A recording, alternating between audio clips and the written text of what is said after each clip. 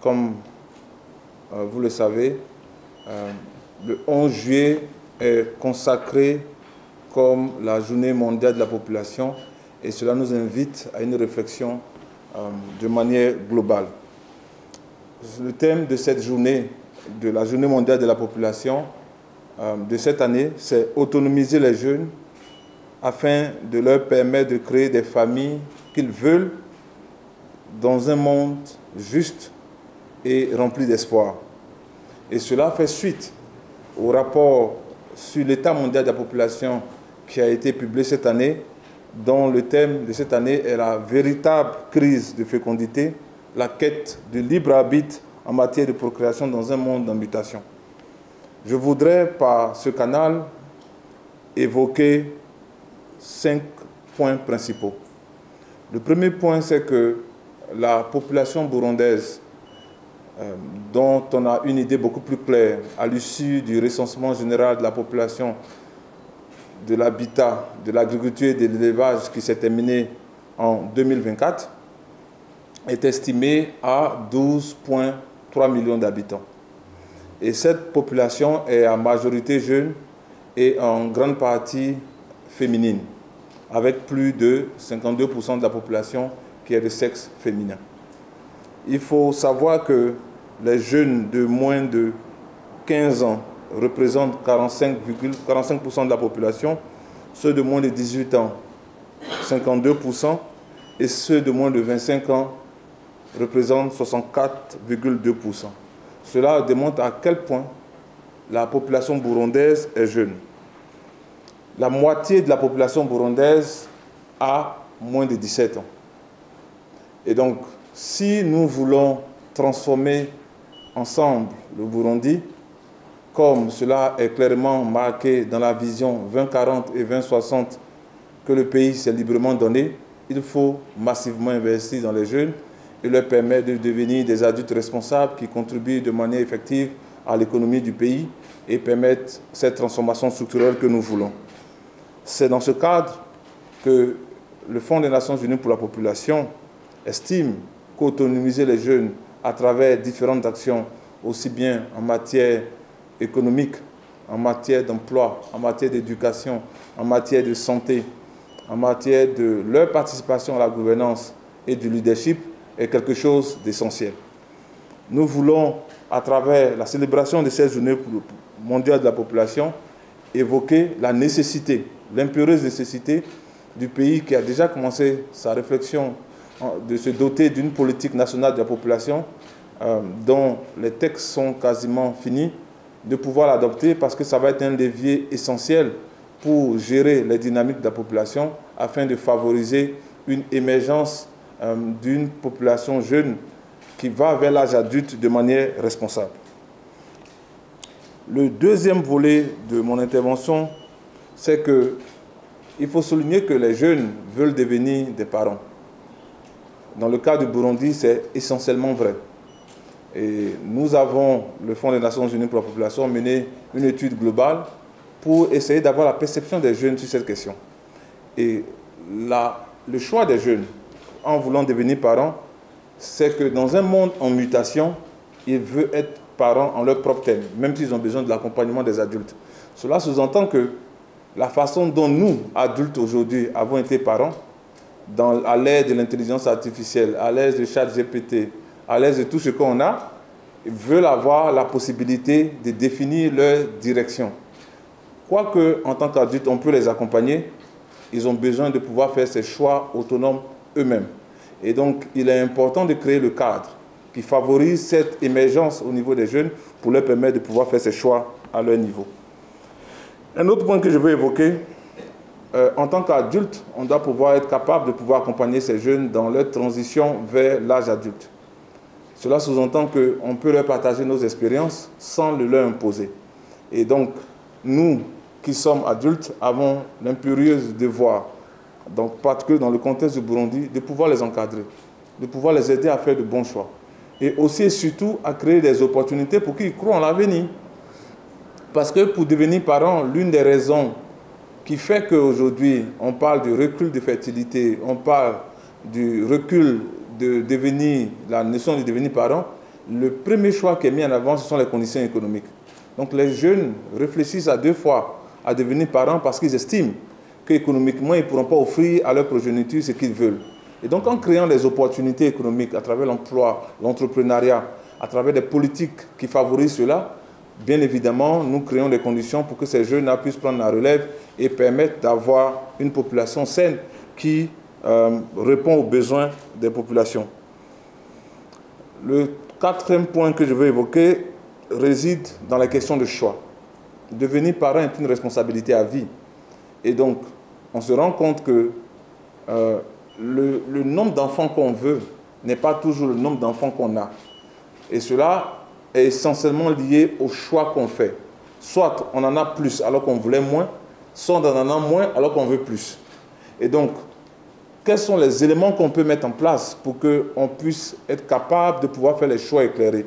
Et cela passe par une connaissance approfondie de soi, de son partenaire, du choix qu'on veut, du type de vie et de famille qu'on veut, mais aussi et surtout de la possibilité de pouvoir faire des choix éclairés sur la base des informations disponibles. Et je terminerai en disant que 2025 marque la 50e année de présence de l'UNFPA au Burundi.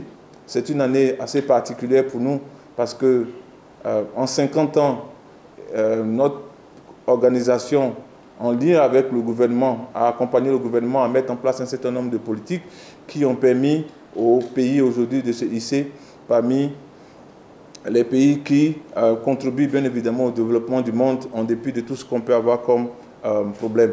Mais le plus important, c'est que nous allons entamer à partir de la semaine, c'est pas la semaine prochaine, mais la semaine qui suit, le lancement officiel de la célébration des 50 ans de l'UNFPA. Vous allez être conviés, mais ce sera une série d'actions qui va nous permettre de réfléchir sur l'importance de la présence de l'UNFPA au Burundi, mais aussi et surtout l'espoir qu'on veut donner à travers cette jeunesse qui reste au cœur de notre mandat.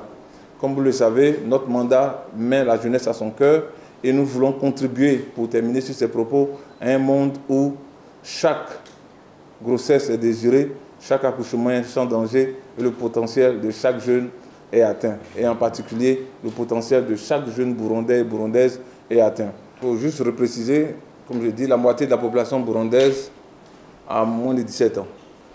Ceux qui ont moins de 25 ans représentent 2/3 de la population. Donc cela veut dire qu'aucune action de développement du Burundi ne peut se faire si on n'investit pas dans la jeunesse. Parce que c'est cette jeunesse qui va être capable de pouvoir relever les défis de demain, aussi bien sur le plan économique, sur le plan infrastructure, dans tous les secteurs. L'approche de l'UNFPA est assez ouverte et elle regarde, elle vise ce qu'on appelle, nous, le dividende démographique. Et le dividende démographique, si tu veux, c'est la transformation structurelle de l'économie en travaillant sur la transformation de la population. Et donc, cela passe par un investissement dans l'éducation. Nous investissons dans l'éducation et notre investissement dans l'éducation est de 2 ordres. D'abord, ceux qui vont à l'école et ceux qui sont en dehors de l'école, pour pouvoir contribuer au développement du pays, doivent être en bonne santé. Ça, c'est la première des choses. Donc, on peut avoir tout l'argent du monde. Si on n'est pas en bonne santé, on ne peut pas contribuer à l'économie du pays. Donc, on investit dans la santé des jeunes au niveau de l'école à travers ce que nous appelons l'éducation sexuelle complète ou l'éducation aux compétences de vie courante. Donc, c'est doter les jeunes de la capacité de se comprendre, de comprendre leur corps, de comprendre qui ils sont, afin de faire des choix qui contribuent à une meilleure santé tout au long de leur vie. Ça, c'est la première des choses. Le deuxième volet en matière de notre investissement, j'ai parlé d'éducation, je parle également de santé, parce qu'un jeune en bonne santé qui n'a pas le VIH, une jeune fille qui ne tombe pas enceinte pendant qu'elle est à l'école, elle a plus de chances de pouvoir réaliser son plein potentiel et devenir ce qu'elle veut que si elle tombe enceinte. Ce qu'on constate, c'est que dans le cas de ce qui existe ici au niveau du Burundi, lorsque la jeune fille tombe enceinte, lorsque la grossesse devient visible, on la met pour des raisons que nous connaissons tous en dehors de l'école. Il faut qu'elle accouche, il faut qu'elle serve son enfant avant de revenir. Mais ça peut faire 2 ans. Si elle est issue d'une famille qui n'a pas les moyens, la probabilité de cette jeune fille de revenir à l'école est faible.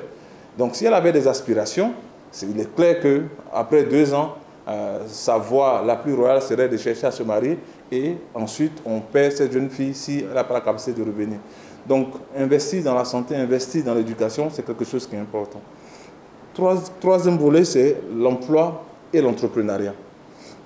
Et nous investissons énormément dans ce domaine-là, à travers différentes approches, mais en matière d'entrepreneuriat, l'une des approches que nous promouvons, c'est aussi la transformation des mentalités. Parce que l'entrepreneuriat, c'est avant tout une façon de penser, une façon de pouvoir engager.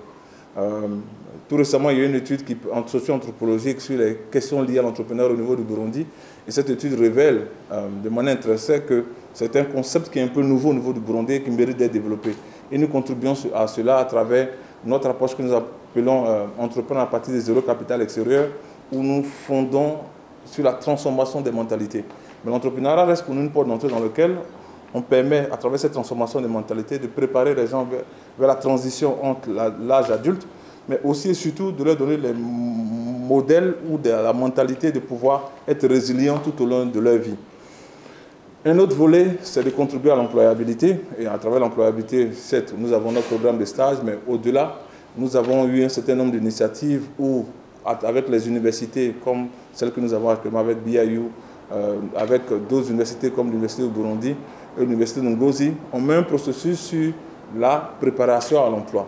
Parce qu'une chose est d'avoir des diplômes, mais pour ce que nous avons ici à travers notre programme de stage, nous constatons qu'avoir des diplômes, c'est une chose, mais être capable d'utiliser ces connaissances acquises dans le monde professionnel, c'est autre chose. Et donc nous offrons un cadre à travers notre programme, à travers les différents engagements que nous avons avec les universités, de permettre aux jeunes d'entrer progressivement dans le monde de l'emploi. Et les partenariats que nous avons avec les institutions comme le PAEJ ou d'autres organisations comme la Chambre fédérale d'Instituts sont ceux qui contribuent à renforcer cette jeunesse-là pour être partie prenante de l'économie. On contribue à leur développement, surtout en matière de leadership, parce que, quoi qu'on dise, si vous avez 2/3 de votre population qui a moins de 25 ans, ce sont eux qui vont prendre les rênes du pays bientôt, quoi qu'on veuille.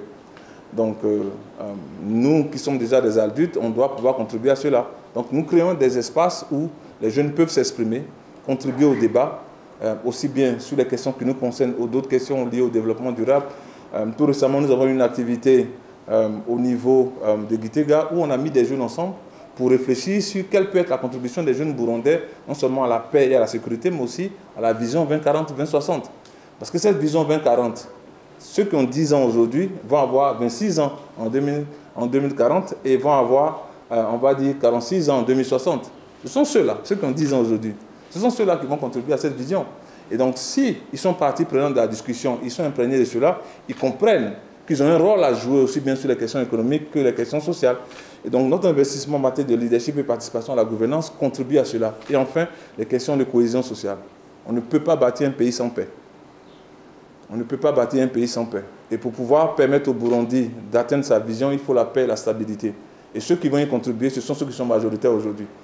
Ceux qui sont capables de pouvoir se départir de toute appartenance politique et de comprendre que le Burundi reste leur enjeu.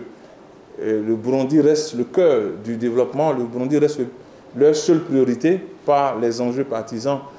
Donc c'est dans cette mouvance que nous sommes. Donc notre intervention touche aussi bien la santé, l'éducation, l'employabilité, le leadership, la cohésion sociale et la participation à la gouvernance.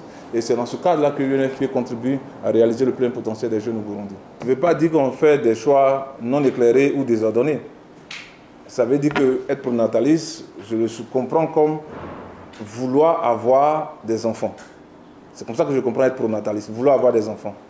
Maintenant, je suppose qu'en tant qu'être humain, nous sommes dotés de raison et nous devons faire le choix de nos enfants de manière éclairée. Vous allez me dire, c'est Dieu qui donne les enfants. On est tous d'accord. C'est Dieu qui donne les enfants et nous prions qu'il continue de nous donner de beaux enfants et en particulier au Burundi qu'il nous donne de beaux enfants. On est tous d'accord. Mais le même Dieu qui nous donne des enfants nous appelle à la responsabilité. Dieu ne nous crée pas comme des êtres irresponsables. Donc, être capable de pouvoir lier la responsabilité et le désir d'avoir des enfants, c'est quelque chose d'essentiel et c'est de ça que je parlais tout à l'heure. Donc pour nous, en tant que Fonds des Nations Unies pour la population, nous devons travailler avec les populations pour leur permettre de faire des choix éclairés en leur donnant les informations qu'il faut. Je vais vous donner un exemple. Mes collègues étaient tout récemment à Gitega et étaient en train de pouvoir travailler avec les femmes qui ont porté des fistules mais qui ont été guéries. Je ne sais pas si vous connaissez la fistule. En Kirundi, voilà, ça se traduit comme la maladie des arrière-coups. la maladie de l'arrière-cour. Ce qui veut dire quelque part, lorsqu'on a cette maladie, on ne participe pas à la vie sociale, on est mis derrière. Vous imaginez une fille de 16 ans, qui est tombée enceinte parce qu'elle ne voulait pas, ou parce qu'elle s'est mariée trop tôt, et qui, à la suite d'un accouchement difficile, a une fistule. Vous comprenez?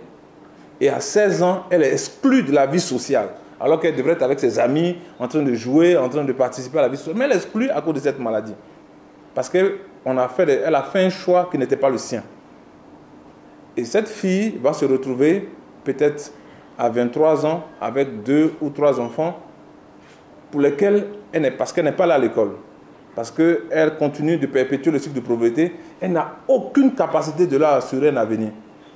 Même si on est pronataliste, est-ce que c'est le pronataliste qu'on veut? C'est un pronataliste qui crée les gens, qui met les gens dans la misère? Je ne pense pas. Donc on peut être pronataliste et être responsable. Et c'est ce que nous prenons. Donc le choix de la planification familiale, planifier la famille veut dire être capable de faire des choix éclairés. Donc on peut utiliser différentes approches. On peut utiliser, en fonction de ses convictions, la méthode, ce qu'on appelle la méthode naturelle, ou la méthode avec les produits contraceptifs. Quel que soit le choix qu'on fait, il faut que ce choix soit éclairé.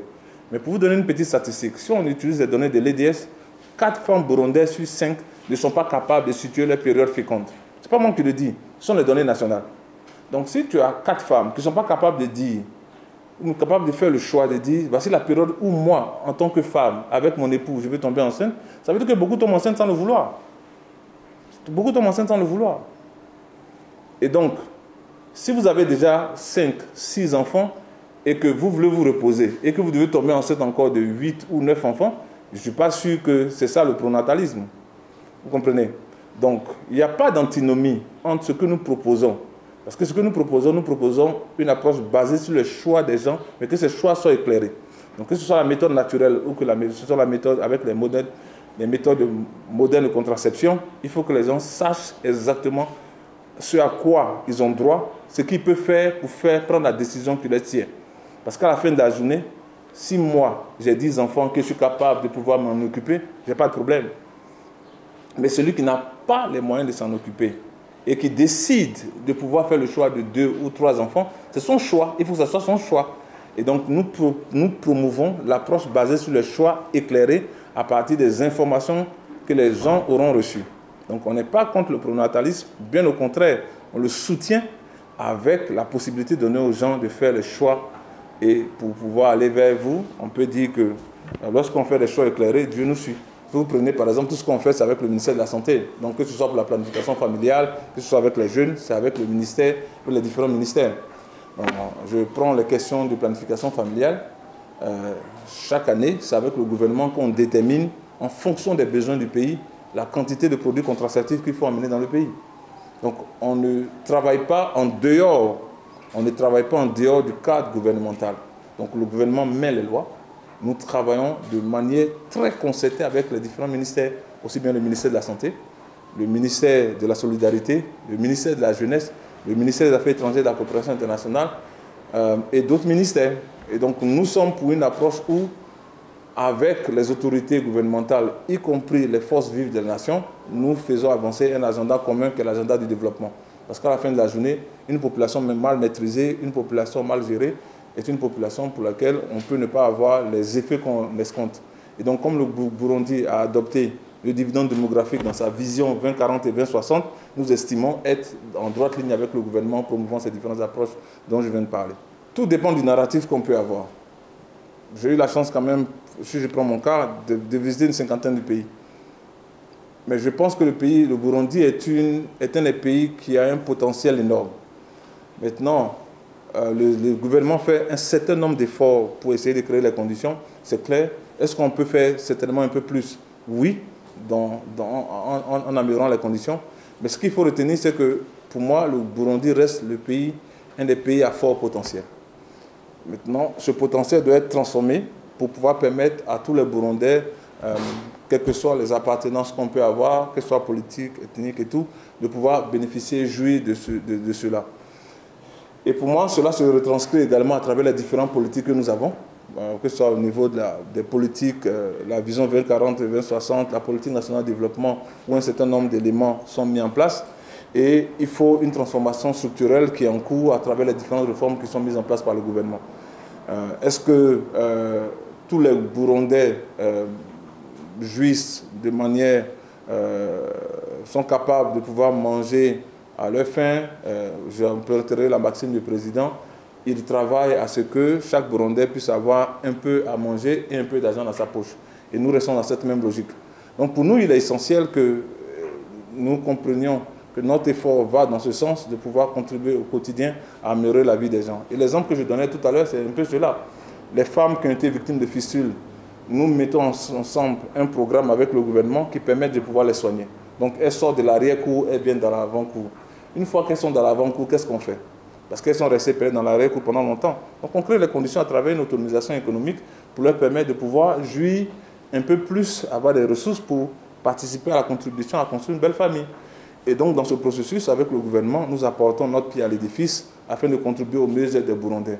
Parce que, comme je dis, tout commence par la santé. Une femme en bonne santé, un homme en bonne santé, c'est le premier capital qu'on a. Le premier capital qu'on a. Et je parlais de mon exemple tout à l'heure, quand même, quel que soit ce qu'on peut dire, c'est l'un des rares pays où vous avez 85% des accouchements qui se font en milieu hospitalier. 85. 85. J'ai travaillé en Haïti avant d'arriver ici, surtout autour de 30%. 30. C'est-à-dire que c'est 30% des femmes qui accouchent à l'hôpital. Ici, c'est quand même 85. Donc, c'est quelque chose, c'est un pas quand même assez significatif qui permet de pouvoir préserver la vie des mères et des enfants. Est-ce qu'on peut faire plus? Certainement. C'est sûr à quoi le gouvernement s'attelle avec tout l'apport des différents partenaires de développement, dont UNFPA. Et nous allons continuer à travailler dans ce sens, à améliorer les conditions de vie des Burundais. On peut toujours faire mieux, parce que dans les pays en développement, même dans les pays en développement, on ne s'arrête pas de pouvoir développer du moins, on ne s'arrête pas de continuer à faire mieux. Donc il est toujours possible, dans le cas du Burundi, qui est un pays en développement, de continuer à faire mieux, en plus des efforts énormes qui sont faits par le gouvernement. Donne la possibilité aux États de pouvoir travailler à réduire ce qu'on appelle la division numérique, comme on le dit, le digital divide. Donc, l'écart numérique entre les nations. Ce qu'il faut savoir, c'est que quand même le gouvernement s'est doté d'un certain nombre d'instruments pour favoriser cela. Donc à travers des politiques, à travers des projets qui sont renforcés par des institutions comme la Banque mondiale, à travers le ministère et à travers un certain nombre d'initiatives par des entreprises privées qui sont là, et l'adoption aussi d'un réseau satellitaire qui permet de faciliter l'accès à Internet, font partie de cette vision du gouvernement à accroître l'accessibilité au numérique. Est-ce qu'il y a des dangers au numérique? Certainement, parce que l'accès au téléphone, l'accès au numérique nous donne une ouverture, mais présente également des dangers. Ce qu'il faut savoir, c'est qu'il y a beaucoup plus de harcèlement sur les réseaux sociaux maintenant. Une jeune fille peut être harcelée facilement, un jeune homme peut être harcelé facilement à partir des réseaux sociaux, ce qu'on n'avait pas dans le temps, quoique ce soit des outils qui nous offrent beaucoup d'opportunités. Et donc, cette régulation est également pensée par le gouvernement à travers un certain nombre de mesures qu'il met en place et nous accompagnons cela à travers nos différentes initiatives. Est-ce qu'on peut faire mieux? Certainement. Parce que notre approche dans cette éducation passe par doter un certain nombre de structures comme les universités à travers les outils numériques, mais ce n'est certainement pas suffisant et des efforts complémentaires doivent être faits. Mais tout cela doit être régulé à travers les mesures qu'il faut, les lois et les politiques qui sont en place, qu'on peut certainement améliorer. Donc notre approche en tant que UNFPA, l'intelligence artificielle, le numérique est un outil. Et dans l'approche de l'entrepreneuriat que nous proposons, un de nos entrepreneurs que nous avons formé, rentré dans ce domaine, et est un modèle pour nous que nous pouvons promouvoir, offre des opportunités, mais les régulations sont possibles. Donc le Burundi a une marge de manœuvre assez importante, puisque si on regarde la couverture d'Internet au haut débit, ce n'est pas assez élevé. Donc on a une progression qu'on peut faire pour permettre à tous les Burundais de profiter de cet âge numérique afin de pouvoir le booster. Et on peut connecter le numérique aussi bien à l'éducation, mais également à l'entrepreneuriat, à l'emploi, afin de permettre à chacun des Burundais de profiter de cette opportunité numérique pour le monde de demain. Et je suis d'accord avec vous, parce que l'analphabète de demain ne sera pas celui qui ne sera pas seulement ni lu ni écrit, celui qui ne sera pas même pas capables de pouvoir utiliser les outils numériques. Et le Burundi faisant partie de l'EAC, et dans lequel vous avez un marché commun. Donc les jeunes Burundais doivent être forcément outillés pour faire face à la concurrence des autres pays, doivent être outillés pour quand même être capables de pouvoir s'exporter, être capables de pouvoir répondre aux défis de demain en matière du numérique également. La croissance de la population est normale, ça, il n'y a pas de... elle est normale. Parce que dans quasiment tous les pays, la population croît. Aujourd'hui, globalement, dans le monde, on a 8 milliards. Je me rappelle, on a fêté les 7 milliards il n'y a pas très longtemps. Donc la population du monde va croître. Maintenant, la question, c'est la gestion de la croissance. C'est la gestion de la croissance, c'est là où le problème est. Et donc, le gouvernement a commencé à travailler sur une politique nationale de la population dans l'optique de pouvoir maîtriser cette croissance. Vous prenez la superficie du Burundi, c'est 27 000 km². Vous regardez la population, on est autour de 12,3. La densité est 485 habitants au km². Ça fait, le Burundi est l'un des pays les plus densément peuplés au monde. Donc, si en 2050, par exemple, la population doit doubler, c'est sur la même superficie là que les Burundais vont rester. Donc, on est obligé de pouvoir repenser le modèle de croissance de la population afin de permettre à chaque Burundais de jouir, de pouvoir jouir des fruits de la croissance économique. Donc, ce que nous disons, c'est que la population va continuer à croître, mais il faut aider les uns et les autres à pouvoir faire des choix éclairés sous le leadership du gouvernement afin de permettre à cette croissance d'être maîtrisée et d'être gérée et que cette croissance ne soit pas un levier qui plombe tous les efforts du gouvernement de développement, mais contribue à favoriser ces développements-là. Donc, c'est pour ça qu'il faut aider les gens à faire des choix responsables. Et une des choses que le gouvernement promeut, c'est la parenté responsable. Il faut que les parents soient responsables. Vous faites vos enfants, vous vous en occupez. Vous ne comptez pas sur un cousin, sur un grand frère, sur un oncle, pour venir prendre soin d'eux. Vous faites vos enfants, vous ne les laissez pas au carrefour du ministère de l'école belge pour qu'ils continuent à mendier dans la rue.